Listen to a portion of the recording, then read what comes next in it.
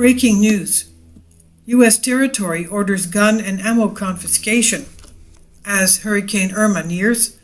AM reports, as the Caribbean and the United States prepare for the incredibly powerful Hurricane Irma, people everywhere from the Gulf Coast to the Carolinas are getting ready for possible impact. That includes the U.S. Virgin Islands, a territory where the governor has signed an executive order authorizing the National Guard to seize privately owned firearms, ammunition, explosives, and property. This is what the Daily Caller is reporting.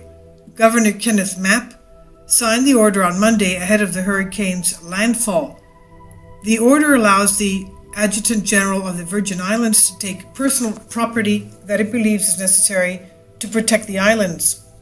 That apparently includes residents' personal firearms and ammunition, along with whatever other property is deemed quote-unquote necessary.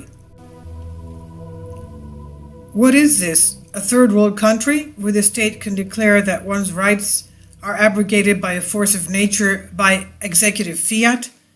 The order itself reads like something from a communist dictator rather than an American governing official.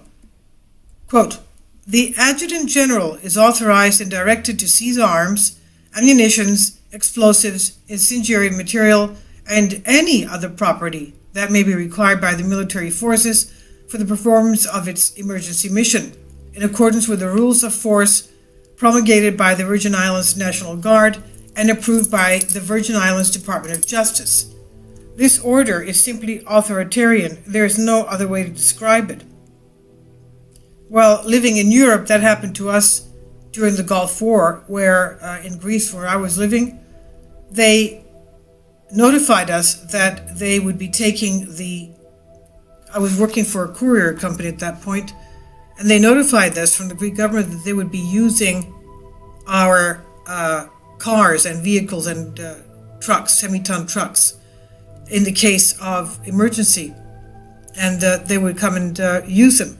And that was terrible, because how could a company function if the government takes away their cars? So thank goodness that didn't take place. But Category 6 has been created as a category increasing in strength because of Irma. Up to now, it's been up to Category 5 strength, and Irma is supposed to be creating a separate category for itself, Category 6.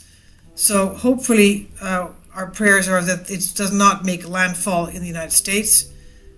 There was enough devastation with Harvey, and people are still struggling there in Texas. I'll leave a link below for you for this. Is on Conservative Post.